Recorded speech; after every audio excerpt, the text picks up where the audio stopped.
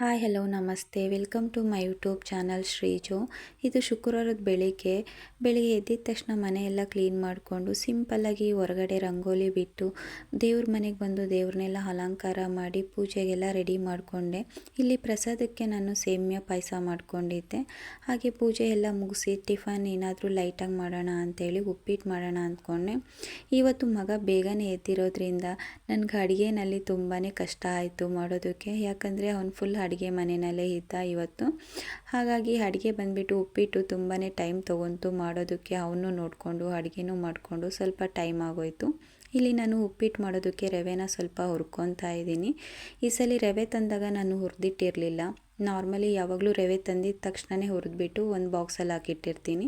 ಅದು ನನಗೆ ಟೈಮ್ ತುಂಬ ಸೇವ್ ಆಗುತ್ತೆ ಅಂಥೇಳಿ ಇಲ್ಲಿ ಒಂದು ಬಾಣಲಿ ಇಟ್ಬಿಟ್ಟು ಒಂದು ಸ್ವಲ್ಪ ಎಣ್ಣೆ ಹಾಕಿ ಕಡಲೆಬೇಳೆ, ಉದ್ದಿನಬೇಳೆ, ಶೇಂಗಾ ಮತ್ತು ಕರಿಬೇವು, ಸ್ವಲ್ಪ ಹಸಿಮೆಣ್ಸಿನ್ಕಾಯಿ, ಈರುಳ್ಳಿ, ಟೊಮೊಟೊ ಎಲ್ಲ ಫ್ರೈ ಮಾಡಿಕೊಂಡು ಸ್ಟೀಮ್ ಮಾಡಿಟ್ಟಿರೋ ಅಂಥ ವೆಜಿಟೇಬಲ್ ಕೂಡ ಹಾಕಿ ಫ್ರೈ ಮಾಡ್ತಿದ್ದೀನಿ. ನಾನೀಗ ಆಲ್ರೆಡಿ ಹುರಿದಿಟ್ಕೊಂಡಿರೋ ಅಂಥ ರವೆ ಕೂಡ ಇದರಲ್ಲೇ ಹಾಕಿಬಿಟ್ಟು ಸ್ವಲ್ಪ ಹೊತ್ತು ಫ್ರೈ ಮಾಡ್ತೀನಿ. ಈ ಥರ ಫ್ರೈ ಆಗಿ ಆದಮೇಲೆ ನಾನು ಒಂದು ಬೌಲಷ್ಟು ರವೆ ತೊಗೊಂಡಿದ್ದೆ. ಅದಕ್ಕೆ 3 ಕಪ್ ಆಗೋಷ್ಟು ನಾನಿಲ್ಲಿ ನೀರು ಹಾಕ್ತಾಯಿದ್ದೀನಿ. ರುಚಿಗೆ ತಕ್ಕಷ್ಟು ಸ್ವಲ್ಪ ಉಪ್ಪು ಹಾಕಿ ಸ್ವಲ್ಪ ಹೊತ್ತು ಬೇಯೋದಕ್ಕೆ ಬಿಡ್ತೀನಿ, ಒಂದು ಕುದಿ ಬರಲಿ ಅಂಥೇಳಿ. ಒಂದು ಕುದಿ ಬಂತು. ಈಗ ನಾನು ಆಲ್ರೆಡಿ ಕಟ್ ಮಾಡಿಟ್ಟಿರೋಂಥ ಸಬ್ಬಕ್ಸಿ ಕೂಡ ಇದರಲ್ಲೇ ಹಾಕಿ ಮಿಕ್ಸ್ ಮಾಡ್ತೀನಿ. ನಾವು ಉಪ್ಪಿಟ್ಟಿಗೆ ಸಬ್ಬಕ್ಸಿ ಹಾಕೋದ್ರಿಂದ ತುಂಬಾ ರುಚಿ ಕೊಡುತ್ತೆ. ಹಾಗೆ ನಾನು ಸ್ವಲ್ಪ ಇಲ್ಲಿ ನಿಂಬೆಹಣ್ಣಿನ ರಸ ಕೂಡ ಹಾಕಿದ್ದೀನಿ. ಸೊ ನಿಂಬೆಹಣ್ಣಿನ ರಸ ಲಾಸ್ಟಲ್ಲಿ ಮುಚ್ಚುತ್ತೀವಿ, ಲಿಡ್ನ ಕ್ಲೋಸ್ ಮಾಡ್ತೀವಿ ಅನ್ನೋ ಟೈಮಲ್ಲಿ ನಿಂಬೆಹಣ್ಣಿನ ರಸ ಹಾಕಿ ಒಂದ್ಸಲಿ ಮಿಕ್ಸ್ ಮಾಡಿ ಈ ಥರ ಕ್ಲೋಸ್ ಮಾಡಿಡಬೇಕಾಗುತ್ತೆ. ಫ್ಲೇಮ್ ಬಂದುಬಿಟ್ಟು ನಾನಿಲ್ಲಿ ಲೋ ಫ್ಲೇಮ್ ಮಾಡಿದ್ದೀನಿ. ಇವತ್ತು ಕುಟುಂಬ ಬೇಗ ಎದ್ದು ಅಡುಗೆ ಮನೆ ಸೇರ್ಕೊಂಡ್ಬಿಟ್ಟಿದ್ದಾನೆ. ನನಗೆ ಸ್ವಲ್ಪ ಭಯ, ಎಲ್ಲಾದರೂ ಟಚ್ ಮಾಡ್ತಾನೇನೋ ಬಿಸಿನ ಅಂಥೇಳಿ. ಹಾಗೆ ಇಲ್ಲಿ ನಾನು ಮಧ್ಯಾಹ್ನಕ್ಕೆ ವೆಜಿಟೇಬಲ್ ಪಲಾವ್ ಮಾಡ್ಕೊತಿದ್ದೀನಿ.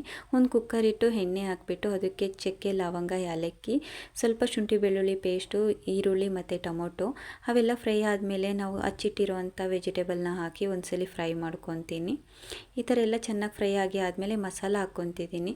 ಮಸಾಲ ಧನಿಯಾ ಪೌಡರು, ಜೀರಾ ಪೌಡರು, ಅರಿಶಿನ ಮತ್ತು ರುಚಿಗೆ ತಕ್ಕಷ್ಟು ಉಪ್ಪು ಮಿಕ್ಸ್ ಮಾಡಿ ನಾನು ನೆನೆಸಿಟ್ಟಿರೋಂಥ ಅಕ್ಕಿನ ಕೂಡ ಹಾಕಿ ಮಿಕ್ಸ್ ಮಾಡ್ಕೊತಾ ಇದ್ದೀನಿ. ನೀರು ಹಾಕೋಕ್ಕೂ ಮುಂಚೆ ಅಕ್ಕಿ ಈ ಥರ ಮಿಕ್ಸ್ ಮಾಡ್ಕೊಳೋದ್ರಿಂದ ಪಲಾವ್ ತುಂಬ ಚೆನ್ನಾಗಿ ಉದ್ರಾಗಿ ಬರುತ್ತೆ. ಈಗ ನಾನು 1 ಗ್ಲಾಸಷ್ಟು ಅಕ್ಕಿಗೆ 2.5 ಗ್ಲಾಸಷ್ಟು ನೀರು ಹಾಕಿ ಒಂದು ಕುದಿ ಬಂದಾದಮೇಲೆ ಚಿಕ್ಕದಾಗಿ ಕಟ್ ಮಾಡಿ ಇಟ್ಟಿರೋಂಥ ಧನಿಯಾ ಕೂಡ ಹಾಕಿ ಲಿಡ್ನ ಕ್ಲೋಸ್ ಮಾಡ್ತಾ ಇದ್ದೀನಿ. 2 ವಿಷಲ್ ಬಂದಿದೆ ನೋಡಿ. 2 ವಿಷಲ್ ಬಂದಮೇಲೆ ಪಲಾವ್ ಎಷ್ಟು ಚೆನ್ನಾಗಾಗಿದೆ. ಉದ್ರಾಗಿ ಇದ್ದರೆ ತುಂಬಾ ಚೆನ್ನಾಗಿ ಅನಿಸುತ್ತೆ. ಡೈಲಿ ನಾನು 2 ಥರ ಅಡುಗೆ ಮಾಡಬೇಕಾಗುತ್ತೆ, ಒಂದು ಟಿಫನ್ ಮತ್ತು ಒಂದು ಲಂಚ್ ಬಾಕ್ಸು.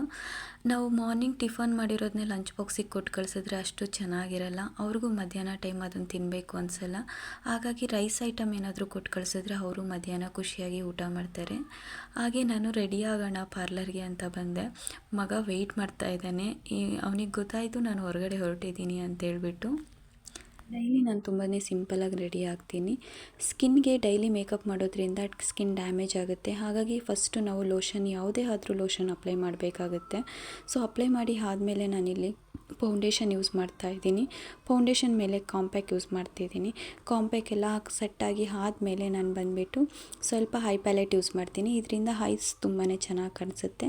ಲಾಸ್ಟಲ್ಲಿ ಕಾಜಲ್ ಮತ್ತು ಲಿಪ್ಸ್ಟಿಕ್ಕು, ಸಿಂಧೂರ ಇಡ್ತೀನಿ. ಸಿಂಧೂರದ ಕೆಳಗಡೆ ಈ ಥರ ಒಂದು ವೈಟ್ ಸ್ಟೋನ್ ಇಡ್ತೀನಿ. ಅದು ತುಂಬಾ ಚೆನ್ನಾಗಿ ಕಾಣಿಸುತ್ತೆ. ಹಾಗೆ ಒಂದು ವಾಚ್ ಕಟ್ಕೊತೀನಿ. ನೋಡಿ ನನ್ನ ಔಟ್ಲುಕ್ ಈ ಥರ ಇತ್ತು. ಸೊ ನಾನು ರೆಡಿಯಾಗಿ ಹೊರಗಡೆ ಹೊರಟಿದ ತಕ್ಷಣ ಕುಟುಂಬ ಕೂಡ ಬಂದಿದ್ದಾನೆ. ಬಟ್ ನಾನು ಅವನ್ನ ಕರ್ಕೊಂಡು ಹೋಗಲ್ಲ, ಯಾಕಂದರೆ ಈಗ ಆಲ್ರೆಡಿ ನನಗೆ ಟೈಮ್ ಆಗಿದೆ. ಸೊ ನಾನು ಪಾರ್ಲರಿಗೆ ಬಂದೆ. ಪಾರ್ಲರಿಗೆ ಬಂದಿದ ತಕ್ಷಣ ನೆಕ್ಸ್ಟ್ ಕ್ಲೈಂಟ್ ಯಾರಿಗೆ ಏನು ಸರ್ವಿಸ್ ಇದೆಯೋ ಅದನ್ನು ನಾನು ಮುಂಚೆನೇ ಅರೇಂಜ್ ಮಾಡಿರೋದ್ರಿಂದ ಟೈಮ್ ತುಂಬಾ ಸೇವ್ ಆಗುತ್ತೆ. ಇವತ್ತು ಎಲ್ಲ ಬರೀ ಫೇಶಿಯಲೇ ಇದ್ವು. ಸಂಜೆ ಸ್ವಲ್ಪ ಬೇಗನೆ ಮನೆಗೆ ಹೋಗಿ ಅಪ್ಪ, ಅಮ್ಮ ಮತ್ತು ಮಗನ್ನ ಕರ್ಕೊಂಡು ಹೊರಗಡೆ ಹೋದೆ. ಶ್ರೀ ಬರೋದು ತುಂಬ ಟೈಮ್ ಆಗುತ್ತೆ. ಸೊ ನಾವು ಅಷ್ಟೊತ್ತಿಗೆ ಹೋಗಿ ಬರೋಣ, ಈ ಕಡೆ ಸ್ವಲ್ಪ ಮಳೆ ಕೂಡ ಜಾಸ್ತಿ ಇದೆ ಸಂಜೆ ಟೈಮು ಅಂತ ಹೊರಗಡೆ ಹೊರಟೆ. ಕುಟುಂಬ ಅಮ್ಮನ ಜೊತೆ ಇರೋದ್ರಿಂದ ನಮ್ಮ ಜೊತೆ ಇರೋದು ತುಂಬಾ ಕಡಿಮೆ. ಅವ್ನು ಬಂದಾಗ ಅವನಿಗೋಸ್ಕರ ನಾವು ತುಂಬಾ ಟೈಮ್ನ ಸ್ಪೆಂಡ್ ಮಾಡ್ತಾ ಇರ್ತೀವಿ. ಸೊ ನಾನಿವತ್ತು ಹೊರಗಡೆ ಕರ್ಕೊಂಡೋಗಿದ್ದೆ. ಅವನಿಗೆ ಫೇವ್ರೇಟು ಮಂಜೂರಿ, ತುಂಬ ಇಷ್ಟಪಡ್ತಾನೆ ಅಂಥೇಳಿ ಮಂಜೂರಿ ಆರ್ಡ್ರ್ ಮಾಡಿದೆ. ಎಷ್ಟು ಚಿಕ್ಕ ಪಾಪು ಆದರೂ ಎಷ್ಟು ಚೆನ್ನಾಗಿ ಫೋಕ್ ಇಟ್ಕೊಂಡು ಎಷ್ಟು ಚೆನ್ನಾಗಿ ತಿಂತಿದ್ದಾನೆ. ಸಿಂಬಲ್ ತೋರಿಸ್ತಿದ್ದಾನೆ. ತುಂಬ ಹೆಮ್ಮೆ ಇದೆ ಅಂತೆ, ತುಂಬ ಟೇಸ್ಟಿಯಾಗಿದೆ ಅಂತ ಹೇಳ್ತಾ ಇದ್ದ. ತುಂಬ ಎಂಜಾಯ್ ಮಾಡ್ಕೊಂಡು ತಿಂತಾನೆ ಅವ್ನ ಫುಡ್ನ. ಅದು ನನಗೆ ತುಂಬ ಇಷ್ಟ ಆಗುತ್ತೆ. ತುಂಬ ಮಕ್ಕಳು ಏನು ಅಂದರೆ ಏನೇ ನಾವು ಕೊಡಿಸಿದ್ರು ಕೂಡ ತಿನ್ನಲ್ಲ. ಬಟ್ ಕುಟುಂಬ ಹಾಗಲ್ಲ. ಪ್ರತಿಯೊಂದು ಫುಡ್ಡನ್ನು ತುಂಬಾ ಎಂಜಾಯ್ ಮಾಡ್ಕೊಂಡು ತಿಂತಾನೆ, ತುಂಬ ಖುಷಿಯಿಂದ ತಿಂತಾನೆ, ಯಾವುದನ್ನು ವೇಸ್ಟ್ ಮಾಡಲ್ಲ. ಬಟ್ ಸಾಸಸ್ ಅಂದರೆ ಅವನಿಗೆ ತುಂಬ ಇಷ್ಟ, ಬರೀ ಸಾಸಸ್ಸೇ ತಿಂತಾ ಇರ್ತಾನೆ ಆ ಥರ. ಈ ದಿನ ಅಂತೂ ತುಂಬಾ ಚೆನ್ನಾಗೋಯ್ತು. ಪಾಪು ಇರೋ ದಿನ ಅಂತೂ ನನಗೆ ಟೈಮೇ ಸಾಲಲ್ಲ. ತುಂಬಾ ಖುಷಿಯಾಗುತ್ತೆ ಅವನ ಜೊತೆ ಟೈಮ್ ಸ್ಪೆಂಡ್ ಮಾಡೋದಕ್ಕೆ.